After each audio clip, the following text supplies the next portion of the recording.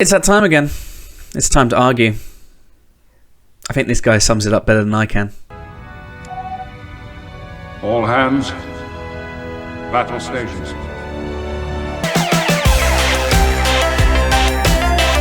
Hey there, Trekkies and Trekkers. My name is Michael, aka the TrekLad, and welcome back to another episode of Set a Course for Discourse, the YouTube show where I take Star Trek fans' unpopular opinions and hot takes, and we talk about them and probably get into a fight. If you haven't already, please give this video a like and please subscribe for more awesome Trek content and arguing coming at you very, very soon. Let's just get into this, shall we?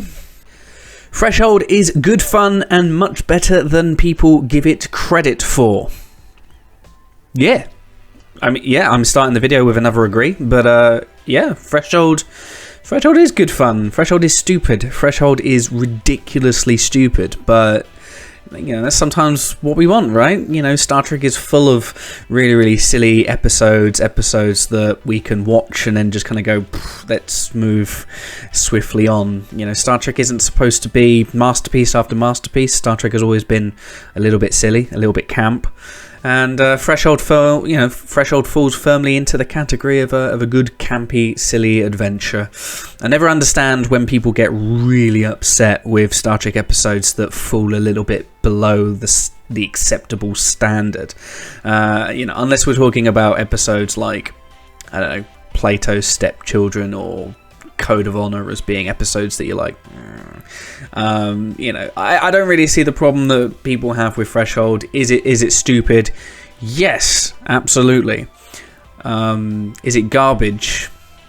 Yeah, but the thing is we live in a society where people spend their lives watching people watch stuff, you know, so at least Threshold is constructive. At least Threshold is entertainment, disposable entertainment that we can watch and just move on, you know, as fast as we possibly can. Just not warp 10 though, because we don't want to become sex mad salamanders, do we? The TNG cast was better with Will Wheaton's Wesley Crusher character than without him.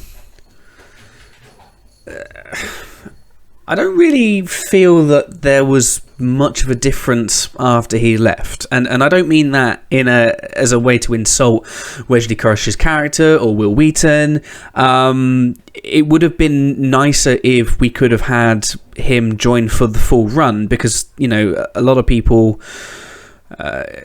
maybe rightfully rag on him in the early episodes. He was definitely used as a Deus Ex Machina and would always solve the problems that the crew for some reason couldn't solve. You know, this little kid could solve all of the problems that a bunch of adults and seasoned space explorers couldn't do.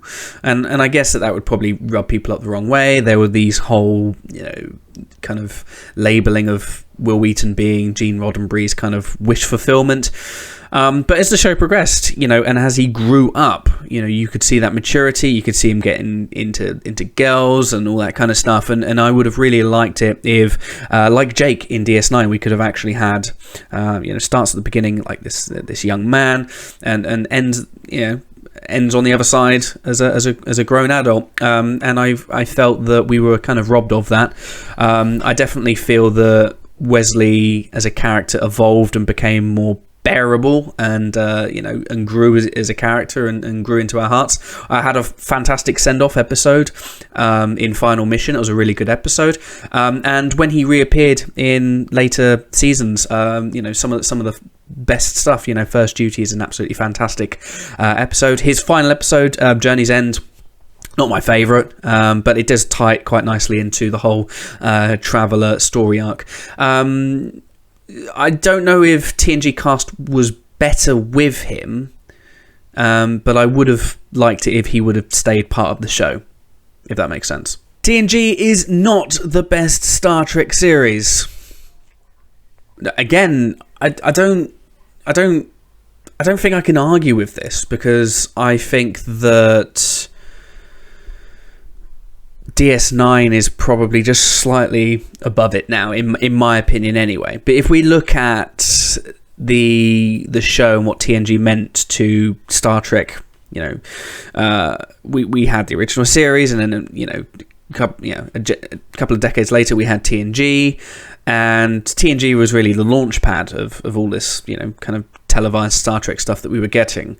But the way I see it, all these years later, especially after rewatching Deep Space Nine very recently, is Deep Space Nine was solid pretty much all the way through. I mean, a lot of people say that it had a weak first season. I would say that it's a weaker first season, but I still think season 1 of Deep Space Nine is pretty solid, pretty good.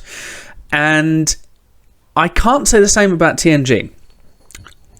Every season has at least 5 episodes that I'm kind of like, I can probably skip these. I probably don't need them. And that is something that I think a few more people are now starting to say. Now that TNG does have some filler episodes, whereas Deep Space Nine does have a few episodes that would be considered filler, but on the most part, Deep Space Nine is more essential. Has more essential episodes. So again, I'm going to have to agree. So going against the whole grain of this show, but TNG is not the best Star Trek series. Yeah, I'm inclined to agree. However, I can understand why people would be like, "Oh, it's the greatest show of all time. What are you talking about?" Jellico was a good captain, and Riker and the crew were having a massive sulk because he was not their space dad. It's another agree from me, but it's always been a controversial subject here. I know a lot of my friends, we were watching Chain of Command recently, and they were saying that he's an arsehole and he's terrible and he's the worst captain ever. Where is the proof that Jellico is a terrible captain? The worst thing Jellico did was upset the apple cart and change a few things around and go to 4-shift rotations and things like that. Jellico was extremely competent. Jellico knew exactly how to deal with the Cardassians. He was the absolute perfect captain for that mission and came across, I mean, when you're younger and you watch Star Trek. So when I was a kid and I watched Star Trek, I hated Jellico because he's this guy that's coming on the ship and no one seems happy with him. And, it was perfectly fine. I disliked him. Growing up, realising, being in managerial positions myself, sometimes you need to do things. Sometimes you can't be everyone's best friend. And Jellico was not there to be everyone's best friend. And just because Picard had grown into this more fatherly role than we'd seen in seasons 1 and 2, it was, everyone was kind of like, Jellico's terrible. Jellico's bossing everyone around. Oh no. And Riker's attitude in Chain of Command, I mean, I love Riker. I've literally based most of my life around Riker. Literally. And Riker throws a hissy fit in this episode and acts very, very unprofessional and is rightly confined to quarters and relieved of duty. He threw a sulk. He threw an absolute sulk. And the scene when Jellico goes to Riker's quarters and asks him to fly the shuttle to attach the mines in the nebula, Riker is just shit-eating grin, and then ask me. It's just like, what a douche. What a douche. And you can tell Jellico is doing his best to try and manage the situation and be as professional as possible. I love Jellico, and I don't care. I don't care who disagrees with me. Jellico was a good captain, perfect captain for that mission, and Riker and crew, I think it was Riker really that mainly had the problem. I know that Geordi was complaining about being overworked, but if you consider the people that he did promote, placing Data as first officer was a good move, and Data showed himself to be very, very, very competent in that first officer position. And Deanna Troi, we got Deanna Troi out of those, revealing dresses that probably please a lot of thirsty men out there. But we put her into a proper uniform, and in my opinion, she looked even better in a uniform anyway, because ladies in uniform, right? Am I right? Anyway, Jellico, top notch. Leave him alone, everyone. Kirk's death in the movie Generations was realistic. Rarely do great figures die in glorious fashion. I mean, I'm going to have to change the name of this show to Set a Course to agree with people. Sorry, episode 2 and the formats were wrecked because I'm just sat here agreeing with everyone. Kirk's death in the movie Generations was realistic. Yes, It was. That bridge was rusted and falling to pieces, and I think even a less rotund person would have probably pulled that bridge down. Rarely do great figures die in glorious fashion. Yes, I will disagree with you slightly, because we are talking about movies. We're not talking about real life. So, it's Hollywood stuff. We can have glorious deaths. I mean, my favourite glorious death is King Leonidas at the end of 300. I mean, you don't get more badass than that. I think Kirk deserved a better death. I'm going to say that. Kirk deserved a better death. I mean, I don't really... On reflection, my biggest gripe with Generations is you didn't have to bring Kirk back just to kill him. You don't have to close a book on a character's legacy by killing them. You don't have to do it at all. Yeah, so, I mean, but your point... The great figures die. Rarely do great figures die in glorious fashion is totally true. Sometimes the best way to tell a story and the best way to really heighten or add power to something is to not give the viewer what they want. And we've seen that with Game of Thrones. We've seen that with recent iterations of Star Trek on Discovery and Picard. Don't give the viewers exactly what they want, because sometimes it's nice to challenge viewers' expectations. And I hate to use the word, I hate to use it, but it is a good word to use. Subvert those expectations. Kirk being the ultimate galaxy hero, being the guy, the swashbuckling hero of the quadrant and the galaxy, to have him essentially die falling off a bridge sucks, and it hurts. It hurts that is what happened to him. But maybe that's the point. Maybe, that is how we're supposed to feel. To the rest of the galaxy, Kirk's legacy is already set. He is the hero. He saved the Earth on multiple occasions, and will forever be remembered in the future history as being one of the greatest explorers and figures in Federation history. But the reality is that he fell off a bridge and died and got dragged up a mountain and buried under a load of stones. WTF. But yeah, I think it's a really good point. I can't argue with it. I really can't. And I hate the fact that Kirk died in the way he did, but maybe that's how it's supposed to be. Alright, we got a bit of a whopper here. Pulaski is a superior Enterprise doc. Sisko wasn't there for Jake when it really mattered. Threshold is the best Voyager episode. Trip never died. The new Klingons are inferior to the TNG era Klingons. Picard being a Soon type is dumb. Alright, let's unpack all this. And I'm going to save one of them for the end. And let's quick fire through some of them. Pulaski is the superior Enterprise doc. I can't agree with that because we didn't see enough of her. I do like the fact that she was a very different character to Crusher. I like the fact that she had opinions and had this kind of gruff exterior that's very reminiscent of McCoy. She was a good character. I like her arc going from being a bit of an android phobe and having that kind of relationship with Data to kind of growing as the series progressed.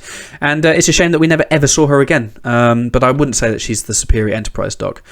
Threshold is the best Voyager episode. No, it's not. I mean, as we mentioned earlier on in the episode, Threshold is fun nonsense, but there are at least 80 episodes of Voyager that are better than Threshold, and I stand by that. Trip never died. No, I refuse to accept the final episode as canon. Get Sean from Trek on the Tube, the canon police round. Trip never died, and there is a book series that apparently is out there, and I'm going to try and find it, but Trip was actually a member of Section 31 or some similar organisation, faked his death, and is actually a super spy. I much prefer that. I much prefer the idea of Trip being a southern super spy. I dig it. New Klingons are inferior to the TNG era Klingons. For me, yes. I'm assuming you mean the motion picture era Klingons going forward with the ridges and the honor system. Yeah, I mean, when I first saw the Klingon redesign for Discovery, I was, like most people, confused, a little bit intrigued. What we got in Discovery, I don't mind. I don't love it. I don't hate it.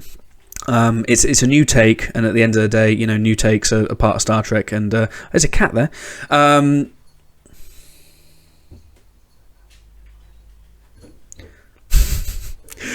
Anyway, right, the Klingons. And I don't really have a problem with the new Klingons, but they are, at the end of the day, we kind of gravitate towards the stuff that we like. And the TNG era Klingons, or the motion picture era Klingons, whatever you want to call them, are the Klingons that I'm familiar with. They're the ones that I love. And let's be real, they're the ones that are just the most fleshed out. Their whole civilization was fleshed out over the course of TNG and Deep Space Nine, and they're the ones that I will always probably prefer over any version of Klingons. So that's just the way it is. Picard being a Soon type is dumb. It is dumb. It's really dumb. I have nothing else to add. I've saved the best thing to last. I've skirted over this one because I really need to talk about it. Sisko wasn't there for Jake when it really mattered. Oh boy.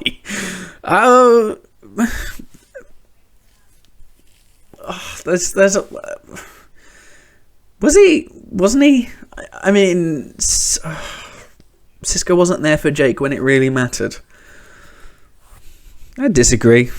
I'd say that over the course of the show, we saw Ben and Jake had a great relationship, and they were honest and open with each other, and they spent a lot of time together. And if we're talking about Sisko not being there for Jake when it really mattered, and we're talking about the events of The Visitor, then obviously it kind of makes sense that, yeah, I mean, Sisko wasn't there for Jake when it really mattered because he was trapped in some other plane of existence, and I feel like to say that that Ben wasn't there for Jake when it really mattered in that context is kind of unfair. But other than that, I mean, Sisko was always there when Jake was having problems with Nog. He was very supportive with his not wanting to join Starfleet. He was very supportive of his writing career. He, was always there for him. What are you talking about? Sisko wasn't there for Jake when it really mattered at the end. I mean, spoiler alert if you've not seen Deep Space Nine, sorry. But at the end, when Jake's looking out the window, what do you want? He fell into the fire caves. He's now moved on to a new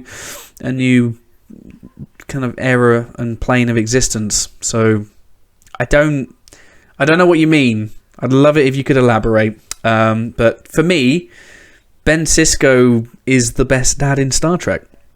I know we don't have many dads in Star Trek, and I know that we don't have the greatest selection to choose from, but Ben Sisko is one of the great sci-fi dads. And I stand by that, and I'm sure there are plenty of people that also agree. And I think that will do it for this episode, this second episode of Set a Course for Discourse. I hope you have had fun, and I hope this starts many friendly debates and discussions with you and your friends. As I said at the beginning of this video, if you haven't done already, please like this video, please subscribe to the channel for more awesome Star Trek content coming at you weekly, and more of these wonderful Let's Argue videos to come. Until the next time, guys, stay happy, stay healthy, stay safe. You have been awesome. I have been the TrekLad, and live long and prosper. None of this would be possible without the support of my incredible patrons. So thank you to Albert Hogan, to That Guy, to Dan Decker, Chris Wickham, Jeff Owen, Johnny W. Staggs, Matthew C. Weiss, and Sam Nelson. Thank you so much for your support. You are keeping this channel going, and I cannot thank you enough. Would you like to become a patron? If you would, please go to patreon.com/TrekLad and give whatever you can. Everything will help keep the channel going, and I will become your best friend forever. That's it from me. I'll see you in the next one. Bye!